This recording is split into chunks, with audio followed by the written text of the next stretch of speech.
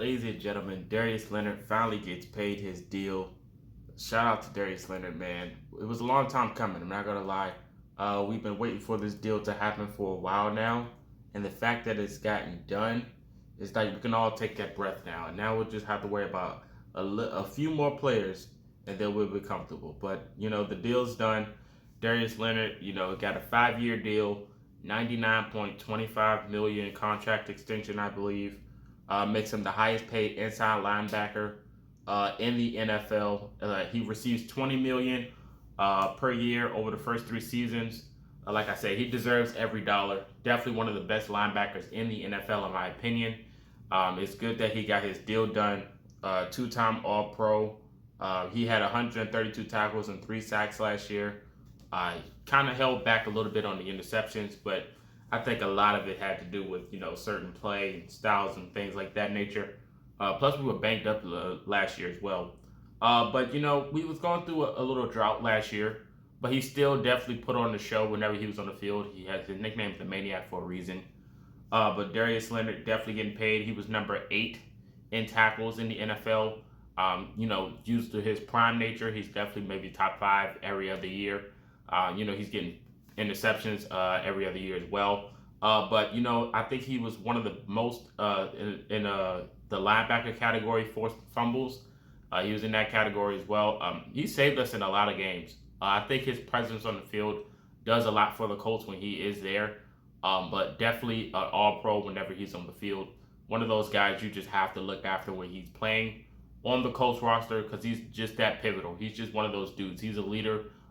He definitely holds himself to a high standard when he's playing football, and he deserves every dollar, just as simple as that. Like I said, the only linebacker I can probably argue that's going to be over him in the linebacker category is the veteran Bobby Wagner. That's the only person I will put over him, maybe even tied at first if you want to be respectful. But those 2 guys are definitely the top linebackers. Everyone else, Fred Warners of the world, the Devin Whites, I understand how good they can be and everything, but they're definitely under Darius Leonard. But Darius Leonard is definitely a dog. On to training camp, there was a few little scares. DeForest Buckner, Kwity Paye, those guys of that nature, they had like some more injuries, but there's nothing major. I seen someone mention it the other night in my comment section, but I wanted to let you guys know that it's not major injuries. I just think we need to change fields. The training camp field that we're practicing on, everyone's having a similar injury to their foot.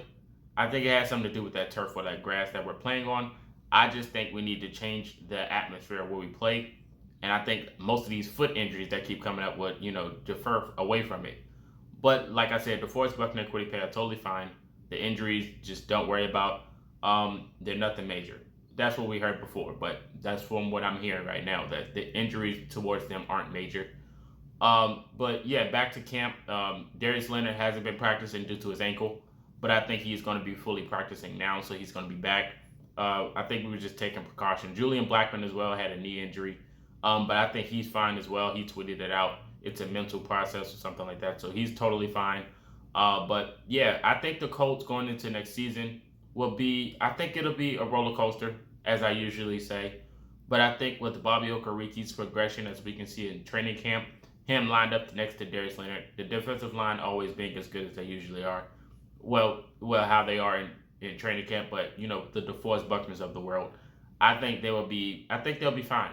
Kamoko Torres going back to his normal self, so I'm definitely looking forward to see how he's going to be. Kwity Paye's he's looking pretty good because they're claiming he's so fast coming off that edge, so that's a good thing. So the defense, I'm never really worried about. The defense is always going to be lights out for me, in my opinion, because that's what usually carries the Colts, and that's what wins championships is the defense. Darius Leonard's going to be out there. I know Darius Leonard's hyped up and ready. I know he cannot wait for week 1. I know I can't either. But the same old questions going to hand when we go into the regular season. We know how good Darius Leonard's going to be. I think he's going to have this bounce back year this year. I think last year was a drought for him. Progression-wise, stat-wise, if you're a stat watcher. But I think he still did good last year, so that's no knock on him.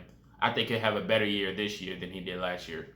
That's all I'm saying on Darius Leonard. But for the cornerback situation, I think Marvell Tell should get the nod over Rocky Sin. Even though I think they might try Rocky Sin early in the season, but I think Tell could get the advantage if it comes down to it. I think he'll take his spot. Of course, you got TJ Curry and Xavier Rhodes and Kenny Moore, but I think Tell would take Rocky Sin's spot if it's anything due to how quick he is and his wingspan. I think Tell gets that advantage. Safeties are already unlocked. With that nature, of course, we didn't sign HaHa Clinton Dix yet, even though I think he'll be a good backup for Julian Blackman. I think that'll be a good addition. When it comes to the offensive line, of course, we have Sam Tevi. The offensive line situation is going to be a roller coaster because Sam Tevi's, he's okay, but he's not the best. But we're going to be missing Ryan Kelly for a few weeks. I would say maybe 2 or 3 weeks, if anything. I think Quentin Nelson's aiming to come back week 1, so that's a big boost for Sam Tevi. Quarterback situation, we're going to be starting Eason. The running back situation, Taylor and Mack, of course. We know that how that's going to work out. And I think, just overall in general, I think the Colts are going to have a roller coaster year. I think week 1 will be a shock to everyone. I think they could pull it off week 1, but we'll look forward to that. But, when it comes down to the contracts, we already signed Braden. Quentin Nelson is next year. We pretty much got Darius Leonard done. Naheem Hines is next up. So all these things is looking positive for the Colts. The money thing is not looking like an issue for the Colts. I know some fans are on the verge of saying how overpaid Darius Leonard will be when this deal is done. But, I think Darius Leonard's presence and, his numbers speak for himself when you see him on the field and you actually watch the game and see how pivotal and how good and great Darius Leonard is for the Colts. I think that'll change your opinion. I really do. I don't know how some people will say that for a guy that's probably one of the most important pieces on the roster.